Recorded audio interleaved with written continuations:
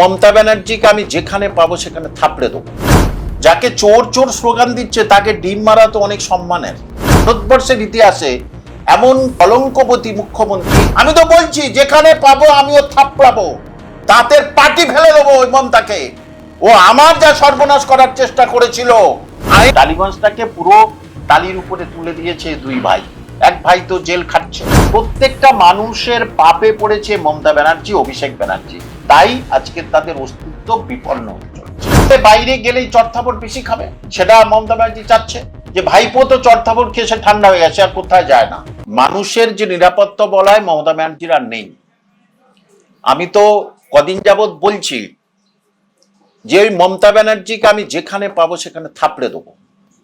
যদি বলেন আপনি এরকম বলছেন বয়স্ক, তিনি বয়স্ক হয়ে আমার কামাল হোসেনকে অসম্মানিত করার চেষ্টা করেছিল। বয়স্ক হয়ে এই কামাল হোসেনকে নানা রকম আইনি ঝামেলার মধ্যে ফেলার চেষ্টা করেছিল 2017 সালে। তখন যদি আমার সবকিছু ঠিক না থাকতো তাহলে তো আমি জেল খাটতাম। তাহলে আমার কোনো কিছু ঠিক নেই, সেখানে তো অন্যায় স্বীকার করতে হয় মমতা ব্যানার্জিকে। আমি ওইটাই ধরে থাপড়াবো। আপনার চ্যানেলের মাধ্যমে বললাম ওরা আমি মমতা ব্যানার্জিকে থাপড়ে দেবো। যে জুনিয়রদের সম্মান করতে পারে না, ভালোবাসতে পারে না, স্নেহ করতে পারে না, বিশ্বাস করতে পারে না, তাহলে মমতা ব্যানার্জি সিনিয়রকে, মহিলা হোক আর যা হোক, তাকে আমি থাপড়ে দেবো। কারণ আইন মমতা ব্যানার্জি তোমার হাতে ছিল বলে তুমি আমার পিছনে ইনফ্লুয়েন্স ব্রাঞ্চ লাগিয়ে দিয়েছিলে 2017 সালে। ওই কুণাল ঘোষ জানতো, কিন্তু কুণাল ঘোষ জানতো, ওই ঋতব্রত জানতো, কিন্তু ওদেরকে বলেছিলাম আমি। তখন ওরা দল থেকে সব পালিয়ে পালিয়ে বেড়াচ্ছে।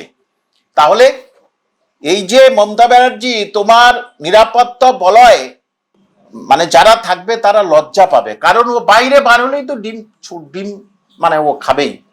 যাকে চোর চোর স্লোগান দিচ্ছে তাকে ডিম মারা তো অনেক সম্মানের। হাইকোর্টে যাকে চোর চোর স্লোগান দিচ্ছে, ভারতবর্ষের ইতিহাসে এমন কলঙ্কবতী মুখ্যমন্ত্রী, যাকে বাইরে বার হলে লোকে বলছে চোর চোর চোর। তার মানে সেই কাজটা নিজের ভাইপো মাটি চুরি করে এই সোনার বাংলার পবিত্র মাটিটাকেও ছাড়েনি। আপনি ভাবুন। তাহলে তারই পিসি কি জানি না, ভগবান জানে। যে একটু সম্পর্কটা যদি বলে দিয়ে যায়, ও কেমন ধরনের ভাইপো, যদি একটু বলে দিয়ে যায় তাহলে ভালো। কারণ বললাম তো, আমার ওই মমতা ব্যানার্জিকে ধরে, মমতা ব্যানার্জিকে ধরে ওর হচ্ছে কে খান্দুই থাপ্পড় আমি মারলে আমার শান্তি। যদি বলেন কেন এরকম বলছেন আপনি, তোমরা আগের ঘটনা না শুনে এইটা বলবে না যে কামাল হোসেন মমতা ব্যানার্জি বলছে মারবো। আগের ঘটনা শোনো, জানো, তারপরে বলো কেন মুখ্যমন্ত্রীকে আমি বলছি থাপড়ে দেবো একেবারে। আমি তো বলছি যেখানে পাবো আমিও থাপড়াবো, দাঁতের পাটি ফেলে দেবো ওই মমতাকে। ও আমার যা সর্বনাশ করার চেষ্টা করেছিল, আইন আমার হাতে ছিল, আইন ওর হাতে ছিল, কিন্তু আমার হাতে সততা ছিল বলে আমায় কিছু করতে পারিনি। এখন আমি তোমাকে ছেড়ে দেবো? ও সব এই যুগে ওসব বড় ছোট, ওই মমতা ব্যানার্জির সময় তো বড় ছোট বলে কিছু ছিল না। ওর ভাইপো, ও তো বড় ছোট কাউকে মানতো না। তাহলে আমি মমতা ব্যানার্জি তোমাকে মানবো কেন? তুমি কে? হরিদাস পাল, দুনিয়ার মিথ্যাবাদী, চুরি করে, ছবি চুরি করে আঁকে। কবিতা হচ্ছে কি, যে কবিতা মানুষ পড়ে মানে বুঝতে পারে না, সেই কবিতা লিখে। সব ধরনের খারাপ গুণাবলীর রানী হচ্ছে এই মমতা ব্যানার্জি।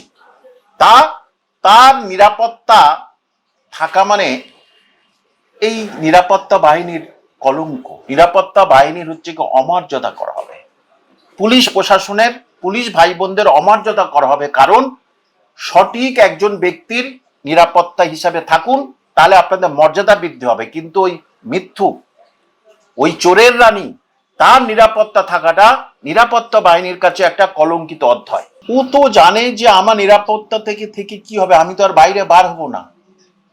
নিরাপত্তাটা কি থাকতেও তাকে তো ডিম ছুটছে, এইসব ছুটছে। বঞ্চ শুভেন্দুবাবু সরকারকে ধন্যবাদ জানানো দরকার, যাতে ডিম ফিম না ছড়ে সেই জন্য তার একটা নিরাপত্তা বলয় করে দিয়েছে। সেটা তো একবার বলে না শুভেন্দুবাবু, তোমার যাতে কেউ ঢিল না ছড়ে, ইট না ছড়ে, তাই নিরাপত্তা বলয় করে দিয়েছে। মানে একটা গার্ড দিয়েছে, সেটা কিন্তু একবারও বলবে না। আর তৃণমূলরা কি কোথায়, তাদের কোনো অস্তিত্ব খুঁজে পাচ্ছি না। বালু, সে তো আবার বলেছে আমি তৃণমূলের সব পদ থেকে সরে আসলাম। তা সরে এসে কি আর পার পাবে নাকি? সরে এসে পার পাবে? মানুষ হচ্ছে কি কেন্দ্রের রেশন চুরি করে, কেন্দ্রের গরিব মানুষের চাল চুরি করে, কতটা টাকার এরা হচ্ছে কি পিঞ্চাস হয়ে গেছে, কঞ্জুস হয়ে গেছে, কতটা এরা কৃপণ হয়ে গেছে যে টাকা এরা আদায় করবেই। তো সুতরাং মমতা ব্যানার্জি নিয়ে এই পশ্চিমবঙ্গের মানুষ যতটা কম ভাববে ততটা আমাদের বাংলার মঙ্গল হবে বলে আমি মনে করি। তৃণমূলের লোকজন না কারা কি তারা করে খেত, তারা এখন ওখানে গেছে, এখন তারাই যারা মাথা তারা তো সব সরে গেছে, তা ওরা কারা? ওদেরকেও প্রতিদিন হয়তো ওই বিরিয়ানি খেতে দেয়, একটু বিরিয়ানি খেতে দেয়, সন্ধ্যাবেলা একটু যেটা বাংলা মাল খেতে দেয়। এটা তৃণমূলের সংস্কৃতি যে তুই আমার আশেপাশে থাক। সরকার নিরাপত্তা রক্ষী দেবে, এটা বিজেপির নয়, তৃণমূলের নয়, কংগ্রেসের নয়, সরকারের নিরাপত্তা। সব সময় যদি ওই মুসলিম মুসলিম গন্ধ দেখি আর সব সময় যদি তৃণমূল গন্ধ দেখি, তাহলে তার নিরাপত্তা না দেওয়াই ভালো। মানে এইবারে বাইরে গেলেই চড়থাপড় বেশি খাবে, সেটা মমতা ব্যানার্জি চাচ্ছে যে ভাইপো তো চড়থাপড় খেয়ে সে ঠান্ডা হয়ে গেছে, আর কোথায় যায় না, যে জানে ওই চড়থাপড় খাবো, যে যাচ্ছে সে তো চড়থাপড় খাচ্ছে। তো মমতা ব্যানার্জির এবারে আমার হাতে চড়থাপড়টা খাওয়ার জন্য আপনি প্রস্তুত থাকুন। কেন বলেছি, যারা শুনছেন তারা আগের ইতিহাস শুনবেন আমার কাছে। কেন আমি মমতা ব্যানার্জিকে বলছি পেলেই থাপড়ে দেবো, একেবারে দাঁতের পাটি ফেলে দেবো, এইটা দেখে আপনারা আমাকে ভাববেন না। তার আগের ইতিহাস শুনুন, ওই মমতা ব্যানার্জি আমার উপরে কি মানসিক অত্যাচার করার চেষ্টা করেছিল, আমি জিতে গেছিলাম। তাহলে তোমার সাজা হবে না, তোমার সাজা এবারে আমি নিজে হাতে দেবো। দেখুন যে ও ওখানে হাইকোর্টে গিয়ে, সুপ্রিম কোর্টে গিয়ে তো যা তা বলেছে ওকে, সুপ্রিম কোর্টের বিচারপতিরা। হাইকোর্টে ও যাচ্ছে আসে, বাড়িতে ওর ভালো লাগছে না, যে একটু বাইরে গিয়ে দেখি, কোর্টে গিয়ে দেখি কেমন ধরনের, অন্তত একটু ইংরাজিটা শিখি আর কি। সব ভুলভাল ইংরাজি বলে, মানে ইংরাজি মানে ভুলভাল ইংরাজি বলে, সবসময় ভুলভাল ইংরাজি বলে। হ্যাঁ, যার কোনো ছন্দ নেই, যার কোনো শিক্ষার কোনো, কতদূর শিক্ষিত তার কোনো ঠিক ঠিকানা নেই, যে সে কোর্টে আসছে শুধু এই জন্যে যে আমি একটু আছি দেখো। কিন্তু তার পিছনে জনগণ কই? ওই কজন আছে ওর পেছনে আছে, তার পিছনে আর জনগণ কই? জনগণ কই? তার পিছনে তো মানুষ নেই। তো এই কুণাল তো, ওকে আমি বলেছিলাম যে আমাকে মমতা ব্যানার্জি করেছিল, তখনও মমতা ব্যানার্জি সহ্য করতে পারতো না। কই তখন, এখন তো তারপরেই তো তৃণমূল আসলো, কই কোনো কিছু বলেনি যে কামাল সাহেব আপনারটা দেখে দিই, দেখি আপনারটা দেখে দিই। ঋতব্রত ও তো জানতো, কই তখন তো কিছু বলেনি যে সংখ্যালঘু শিক্ষকের উপরে এরকম ধরনের অত্যাচার করছে, তাহলে সেটা কিছু করি। যে সুতরাং ও হাইকোর্টে আসছে শুধু যে একটু বলে দিচ্ছে যে আমি দেখো মোটামুটি বেঁচে আছি, কিন্তু আমার দল আর বেঁচে নেই, আর আমার আশেপাশে আর কেউ নেই। কিন্তু কোন পলিটিক্যাল লিডার ওর পাশে আছে আপনি শুধু বলুন তো, সব মানুষ তো দেখতে পাচ্ছে। তাহলে তোমাকে কতটা তারা রেসপেক্ট করতো, তারা স্বার্থের জন্য মমতা ব্যানার্জির পাশে থাকতো, এটাই তো প্রমাণিত হলো। অরূপ দেখেছে ওর সঙ্গে ওর জড়িত আছে, ওর হিসেব পত্র ঠিক নেই, কারণ টালিগঞ্জটাকে তো পুরো শেষ করে দিয়েছে, টালিগঞ্জটাকে পুরো টালির উপরে তুলে দিয়েছে দুই ভাই। এক ভাই তো জেল খাটছে, আর এ ওই পালিয়ে পালিয়ে বেড়াচ্ছিল, তারপরে ওই জামিন নিতে গেছে, কোনো ছাড় নেই। যে মমতা ব্যানার্জির 4-5 জন যে কাছে ছিল তার মধ্যে অরূপ বিশ্বাস, সে হঠাৎ সরে যাচ্ছে কেন?